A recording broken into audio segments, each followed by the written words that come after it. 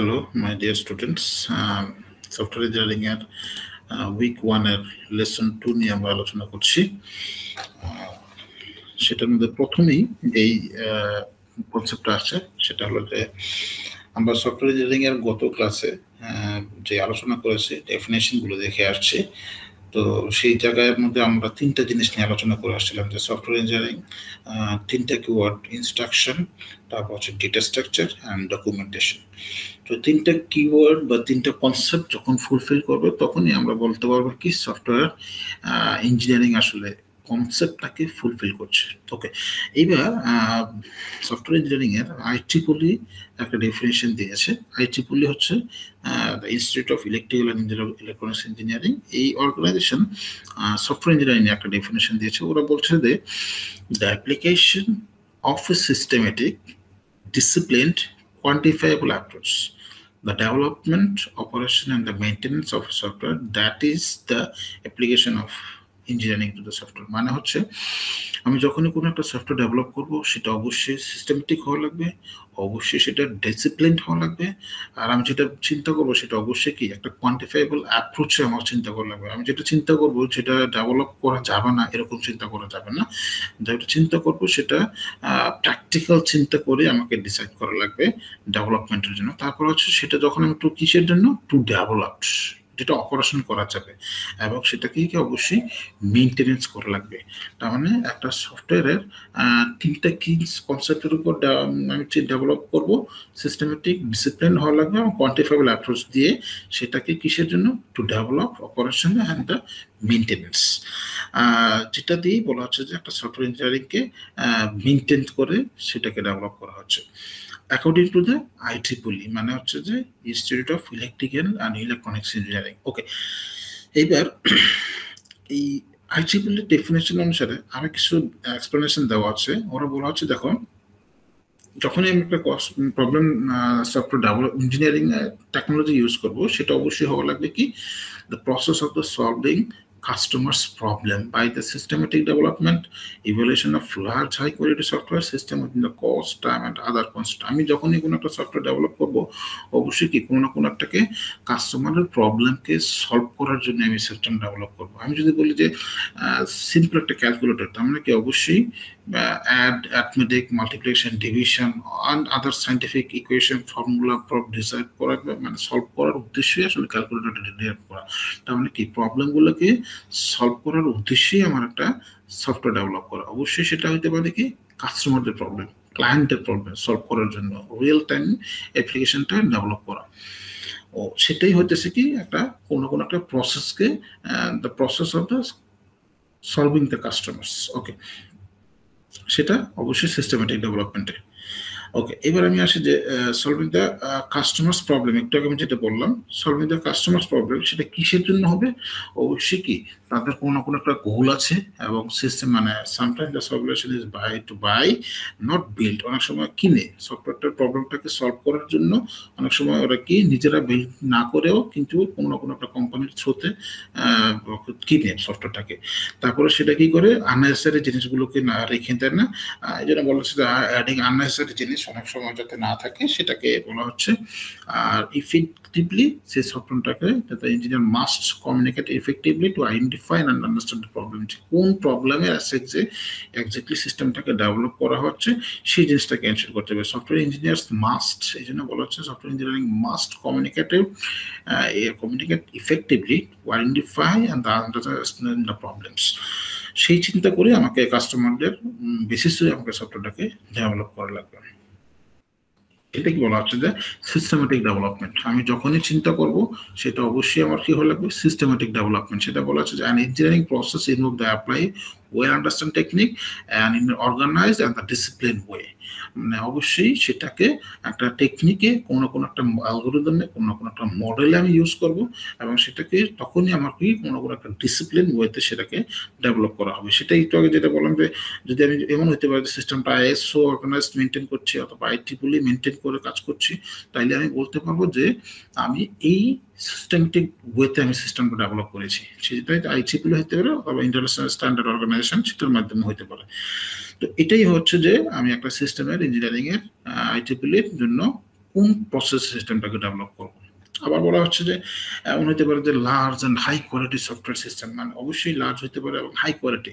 এই জন্য এটা বলা হচ্ছে যে কোনো একটা সফটওয়্যার, যেন software engineer technique are needed because the large system cannot be the completely understand by one person. অবশ্যই কোনো না কোনো একটা অবশ্যই একা সেই সিস্টেমটাকে কমপ্লিটলি বোঝা পসিবল না, মেনটেনেন্স করাও হয়তো পসিবল না। দ্যাটস ওয়াই সেটা বলা হচ্ছে যে কি team work and the coordination R required. এক একজন এক একটা প্ল্যাটফর্ম, মানে একই প্ল্যাটফর্ম বা একটা লার্জ স্কেলের সফটওয়্যারকেই হয়তো আলাদা আলাদা মেনটেন করছে। আমি সিস্টেম একটা যদি একটা বলি যে কমপ্লিটলি একটা ইআরপি সলিউশন, অ্যাকাউন্ট সেকশন একরকম জিনিস দেখবে, লাইব্রেরি সিস্টেম এক জিনিস দেখবে, তারপর হচ্ছে কোঅর্ডিনেশন অফিসার একটা দেখবে, এই ডিপার্টমেন্ট একটা দেখবে, অ্যাডমিশন একটা দেখবে, মানে কমপ্লিটলি আলাদা আলাদা সেকশন হয়তো আলাদা আলাদা মডিউলগুলো দেখছে, কিন্তু তাদের ভিতরে কি থাকা লাগবে একটা কোঅর্ডিনেশন বা টিম ওয়ার্ক, কমপ্লিটলি একটা লার্জ স্কেলের একটা ইআরপিকে বা লার্জ স্কেলের একটা সফটওয়্যারকে মেনটেন্স করার ক্ষেত্রে। তো সেই জন্য অবশ্যই কি হওয়া লাগবে dividing the work and the ensuring that the part of the system work properly. আর তখনই যদি সেটা লার্জ স্কেলের হয় তখনই প্রপারলি এনশিওর করতে হবে। সাপোজ অ্যাকাউন্ট সেকশন বলবে যে অ্যাকাউন্টসের কমপ্লিটলি ইআরপিটা বা অ্যাকাউন্টসের কমপ্লিট মডিউলটা প্রপারলি কাজ করছে বাকি সিস্টেমের সাথে ইন্টিগ্রেট ওয়েতে। আমি যদি বলি লাইব্রেরিটা কমপ্লিটলি স্টুডেন্টের ইনফরমেশনের সাথে বা আদার টিচারদের সাথে কানেক্টেড ওয়েতে প্রপারলি কাজ করছে, সেটাও চিন্তা এনশিওর করতে হবে। আমি যদি বলি যে কমপ্লিটলি অ্যাডমিশন সেকশন স্টুডেন্টের কমপ্লিটলি ওভারঅল ইনফরমেশন নিয়ে অ্যাকাউন্টসের সাথে লাইব্রেরির সাথে ডিপার্টমেন্টের কানেক্টিভিটি ওভারঅল এনশিওর নিয়ে কাজ করছে কিনা, সেটাকে আমাকে এনশিওর করাটাই হচ্ছে যে লার্জ স্কেল সফটওয়্যারের একটা কোয়ালিটি এনশিওর করানোটা। ওকে, তার লাস্ট পর্যায়ে বলছে যে the end of the product must be of the sufficient quality. মানে আমি যখনই এনশিওর করবো যে লার্জ স্কেলের প্রোডাক্ট, তখন সেটাকে আমাকে কোয়ালিটি এনশিওর করছে কিনা সেটাকেও আমাকে এনশিওর করতে হবে। আর যেহেতু বলা হচ্ছে কস্ট টাইম আদার কনস্ট্যান্ট, যেহেতু এত বড় লার্জ স্কেলের প্রোডাক্ট বানানো হচ্ছে, তার মানে অবশ্যই কি সেটা থেকে বেনিফিটটা পাওয়ার চিন্তাই করবে। তারপরে মানে এটা যাতে ফার্স্টের কাজ করে সে চিন্তা করবে, এবং যখনই এটা লার্জ স্কেলের প্রজেক্ট তখন সেটা ফেলিওর কখন কি কি কারণ হইতে পারে সেটাকেও আদার কনস্ট্যান্টগুলো যা যা আছে সেগুলোকেই আমাকে এনশিওর করা লাগবে। যেটা বলছে যে কস্ট টাইম, অনেক টাইম নিয়ে সফটওয়্যারটা হয়তো ডেভেলপ করা হচ্ছে, তো সেটাকে এখন ডেভেলপ করা হয়েছে যেহেতু, তার মানে কি অবশ্যই সেটাকে এখন আউটপুট সেটা থেকে পাওয়ার জন্যই, ভালো আউটপুট পারফরমেন্স পাওয়ার জন্য সেটাকে ডেভেলপ করা হয়েছে অথবা পারচেস করা হয়েছে। ওকে, এবার আমি আসি সফটওয়্যার কোয়ালিটি। এতক্ষণ যেটা বলছিলাম লাস্ট যে কিওয়ার্ডটা ছিল আমাদের যে time and the project quality, অবশ্যই সেটা। এখন আমি এই কোয়ালিটির ব্যাপারটা আসে, আমি যখন কোনো একটা সফটওয়্যার ডেভেলপ করতে যাব সেই কোয়ালিটিটা কিসের উপর বেসিস করে আসলে কাজ করছে, কোন কোন অ্যাট্রিবিউটগুলোর উপর বেসিস করে সফটওয়্যারটা আসলে কাজ করছে। এক নম্বরে যদি বলি ইউজেবিলিটি, ইউজাররা কতটুকু সেটাকে প্রপারলি সেটাকে বুঝতে পারতেছে এবং সেটা প্রপারলি ইউজ করতে পারছে, এফিসিয়েন্সি আছে কিনা, প্রপারলি ফাস্টার কাজ করছে কিনা, তারপরে সেটা ইউজারদের ভিতরে নিজেদের মধ্যে কতটুকু রিলায়েবিলিটি আছে, মানে ইউজারদের ভিতর থেকে নিজেদের ফেইথ আছে কিনা, তাদের সিস্টেমের সবগুলো জিনিসপত্র প্রপারলি পাচ্ছে কিনা উইদাউট ফেলিং। তারপরে বলা হচ্ছে যে মেইনটেনেন্স, অবশ্যই আমি যখন কোনো একটা প্রবলেমে পড়বো সেটার জন্য আমি সেটার সার্ভিসটা পাচ্ছি কিনা, মেইনটেনেন্স আমাকে প্রপারলি দিচ্ছে কিনা, সফটওয়্যারটাকে রেগুলার আপডেট মেইনটেনেন্স করা, ইউজারদের রিকোয়ারমেন্টসগুলো, ইউজারদের রিকোয়ার্ড ইনফরমেশনগুলোকে রেগুলারলি মেইনটেন করছে কিনা। আর লাস্টে হচ্ছে রিউজেবিলিটি, আমি যখনই কোনো একটা কাজ করছি নতুন করে কোনো না কোনো একটা রিপ্রোগ্রামিং দরকার হতে পারে, নতুন কোনো না কোনো একটা প্রবলেমের হতে পারে, সেটাকে আবার নতুন করে রিপ্রোডিউসের ব্যাপার আসতে পারে, নতুন করে কোনো কোনো একটা মডিউল অ্যাড করার প্রয়োজন হতে পারে। এই জন্য বলা হচ্ছে যা কাজ হচ্ছে সেটাকে আবার রিপ্রোডিউস করে রিউজেবিলিটি বাড়ানোটা। আর তখনই আমি বলবো এই প্যারামিটারগুলো ইউজেবিলিটি, এফিসিয়েন্সি, রিলায়েবিলিটি, মেইনটেনেবিলিটি, রিউজেবিলিটি, এই কিওয়ার্ডগুলো যখন, এই কনসেপ্টগুলো যখন এনশিওর করবে, তখন আমি বলতে পারবো যে সফটওয়্যার কোয়ালিটি এনশিওর করা হচ্ছে। ওকে, এখন আমি যদি বলি যে এই কোয়ালিটি এনশিওর করার জন্য আমাকে আসলে চারটা হ্যান্ডের উপর আমাকে ডিফাইন করা লাগবে। চারটা হ্যান্ডের উপর ডিপেন্ডেবল যদি আমি কাজ করি, চারটা হ্যান্ড যদি একসাথে কাজ করি, তখন আমি সিস্টেমটাকে, আমি একটা এক্সাম্পল দিই, user easy to learn, efficient to use. আমি একটা সিম্পল রিয়েল টাইপের একটা অ্যাপ্লিকেশন আমি চিন্তা করি যে আমি অ্যাজ এ ইউজার আমি ভালো একটা প্রোডাক্ট নিতে চাই, তার মানে আমার উদ্দেশ্য থাকা লাগবে আমি একটা ভালো একটা প্রোডাক্ট নিতে চাই, ভালো একটা ব্র্যান্ডের একটা জিনিসপত্র আমি কিনবো। আর ডেভেলপমেন্ট ম্যানেজার ওনার নিজের উদ্দেশ্য থাকা লাগবে আমি যখন কোনো একটা ডেভেলপ করছি সেটা যেন অবশ্যই কি ভালো একটা প্রোডাক্ট যেটাতে আমি ডেভেলপ করাই।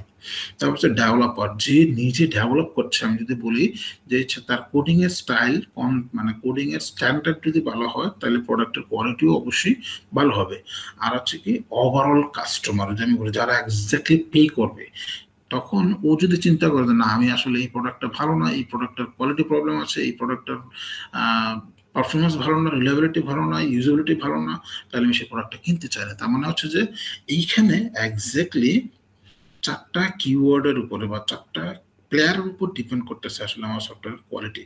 সেটা কে কাস্টমার, যে এক্স্যাক্টলি কিনবে, আর ইউজার হচ্ছে যে কিনবে যাদের জন্য, আর হচ্ছে কি ডেভেলপমেন্ট ম্যানেজার, যে ম্যানেজার হচ্ছে কি যে আমি যদি বলি যে এই ম্যানেজার আসলে যাদের মাধ্যমে ক্লায়েন্টগুলো যাদের অধীনে আসলে সফটওয়্যার ডেভেলপ হয়, যে কোম্পানির জন্য যে কোম্পানির সিস্টেমটাকে ডেভেলপ করে।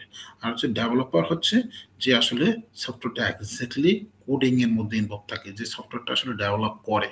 তো সেই জায়গায় আমি বলি যে এই যে চারটা কিওয়ার্ড মানে চারটা প্লেয়ার, তাদের উপরেই আসলে এনশিওর করছে বা তাদের উপরেই ডিপেন্ড করছে আমরা আসলে সফটওয়্যারটার কোয়ালিটিটা কতটুকু এনশিওর করতে পারবো। এই যে একটু আগে আমরা এই চ্যাপ্টারের মধ্যে পড়া, এই টপিকের মধ্যে পড়ে আসছি, সফটওয়্যারটা ইউজেবিলিটি হওয়া লাগবে, এফিসিয়েন্সি হওয়া লাগবে, রিলায়েবিলিটি হওয়া লাগবে, তারপরে সফটওয়্যারটা কি মেইনটেনেবিলিটি হওয়া লাগবে, রিউজেবিলিটি থাকা লাগবে। তার মানে এগুলো কিন্তু কোনটাই কাজে দিবেন না যখন না এই চারটা প্লেয়ার যদি প্রপারলি এই জিনিসগুলোকে এনশিওর না করে, তখনই আমি বলতে পারবো কি সফটওয়্যার কোয়ালিটিটা এনশিওর হচ্ছে। ওকে, এবার আমি আসি, এতক্ষণ আমি যে সফটওয়্যারগুলোর কোয়ালিটি এনশিওর করার বলবো, এখন আমি সফটওয়্যারটা যখন ডেভেলপ করতে যাব, কি টেকনোলজি ইউজ করব, কোন টুলস ইউজ করব, কোন মেথড আমি অ্যাপ্লাই করব, কোন মডেলটাকে আমি সিলেক্ট করব, আর লাস্টে হচ্ছে যতগুলো টুলস ইউজ করি, মেথড ইউজ করি বা মডেল ইউজ করি না কেন, লাস্ট পর্যায়ে সিস্টেমটাকে কমপ্লিটলি আমাকে ফোকাস করতে হবে সিস্টেমের কোয়ালিটি আমি অ্যাসিওর করছি কিনা।